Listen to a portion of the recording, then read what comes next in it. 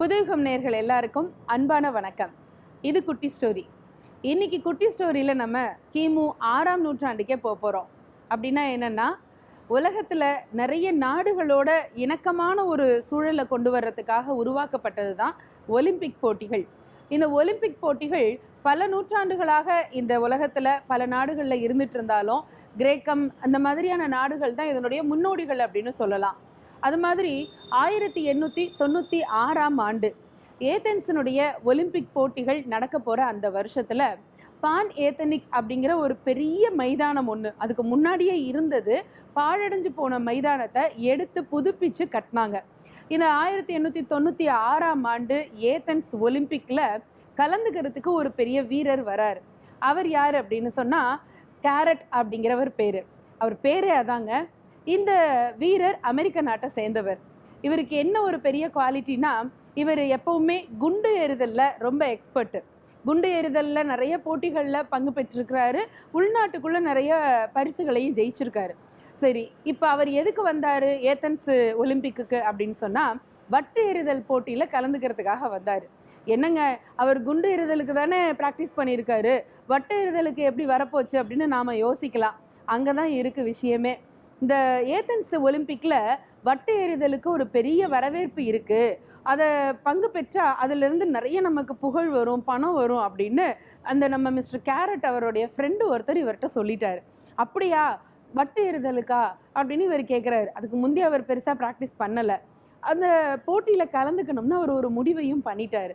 அதனால் என்ன பண்ணினார், அந்த நாட்டில் அவர் ஊரில் இருக்கிற ஒரு இரும்பு கொல்லர் ஒருத்தர்கிட்ட சொல்லி ஒரு பெரிய வட்டு செய்ய சொன்னார்.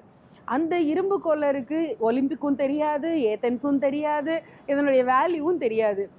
அவருக்கு தெரிஞ்ச வேலையை பார்த்தாரு. என்னன்னா, ஒரு 14 கிலோ வெயிட்டில் ஒரு பெரிய வட்டு ரெடி பண்ணார். இந்த வட்டை அவர் ப்ராக்டிஸ் பண்ணி பார்த்தாரு. யார், நம்ம மிஸ்டர் கேரட்டு. தூக்கி 2 தடவை போட்டு பார்த்தாரு. தூக்கவே முடியல, தூக்கி எறியறதும் கஷ்டமாக இருந்துச்சு. இதில் என்ன முக்கியம்னா, அந்த ஏதென்ஸ் ஒலிம்பிக்கில் வட்டு எறிதலுக்கு பயன்படுற அந்த இரும்பு வட்டு 2.25 கிலோ தான் இருக்கணும் அப்படிங்கிறது தான் ரூலு. இந்த விஷயமே தெரியாமல் அவர் பாட்டுக்கு ஏதோ ஒரு வட்டை எடுத்து வச்சு ப்ராக்டிஸ் பண்ணி பார்த்தாரு. 2 நாள் 3 நாள் பண்ணார். அதுக்கப்புறம் நடக்கலை. சரி, இது ஒரு பக்கமாக ஒலிம்பிக் போட்டி தொடங்க போகுது. வட்டு எறிதல் போட்டி ஆரம்பிக்கிறாங்க. அந்த வட்டு எறிதலில் பனோஜயட்டிஸ் அப்படிங்கிற ஒரு வீரர் தான் ரொம்ப பாப்புலராக அந்த காலத்தில் இருந்திருக்காரு. அவர் விறுவிறுன்னு மைதானத்துக்குள்ளே வராரு. அவருக்கு ஒரே கைத்தட்டல், ஆரவாரம், வரவேற்பு. இதெல்லாம் நம்ம ஹீரோ யார், மிஸ்டர் கேரட் பார்த்துக்கிட்டே இருக்காரு. பனோஜயட்டிஸ் அந்த வட்டை அசால்ட்டாக தூக்கி போட்டார் பாருங்க. அந்த ஸ்டைலை இவர் அப்படியே மனசுக்குள்ளே கேப்சர் பண்ணிட்டார். ஓ, இவ்வளோதானா அப்படின்னுட்டு விறுவிறுன்னு போனார்.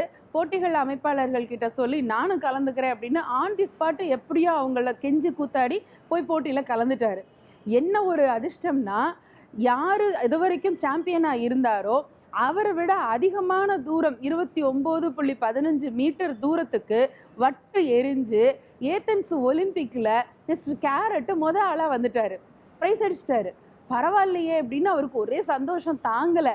இந்த மாதிரி ப்ராக்டிஸே இல்லாமல் ஒரு கேமுக்குள்ளே போய் அதுக்கு முந்தி ஒருத்தர் எரியறதை பார்த்துட்டு இவ்வளோதானா விஷயம் அப்படின்னு களத்தில் இறங்கி ஒரே ஷாட்டில் ஃபஸ்ட்டு ப்ரைஸை வாங்கின ஆள் அவராக தான் இருக்க முடியுங்க.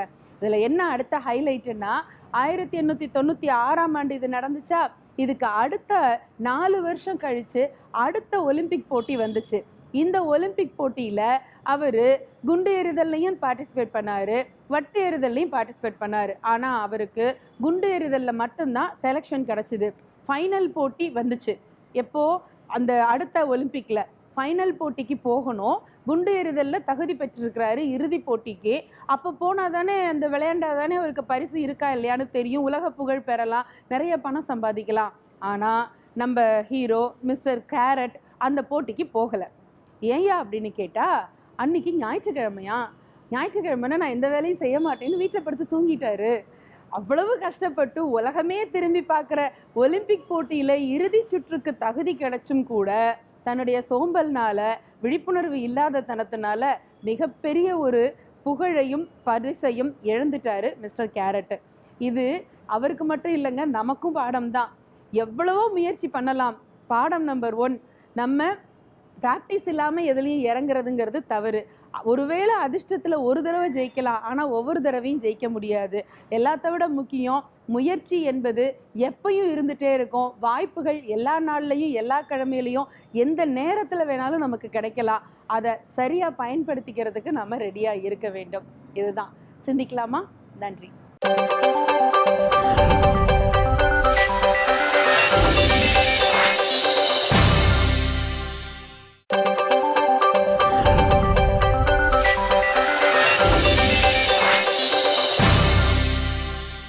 ஓகே நேயர்களே, இன்னைக்கு கிருத்திகாஸ் கிச்சனில் ஒரு சூப்பரான ரெசிபி அண்ட் ஒரு ராகம் பாடலோட செக்மெண்ட்டில் ஒரு அழகான ராகம், இந்த மாதிரி நிறைய இன்ஃபர்மேஷன் இன்னைக்கு நம்ம தெரிஞ்சுக்கிட்டோம். ஸோ இதே மாதிரி ரொம்ப சூப்பரான செக்மெண்ட்ஸோட அடுத்த எபிசோடு வந்து நாங்கள் சந்திக்கிறோம். நீங்கள் பார்த்துட்டு இருக்கிறது உங்கள் ஃபேவரட் யூகம் கனெக்ட்.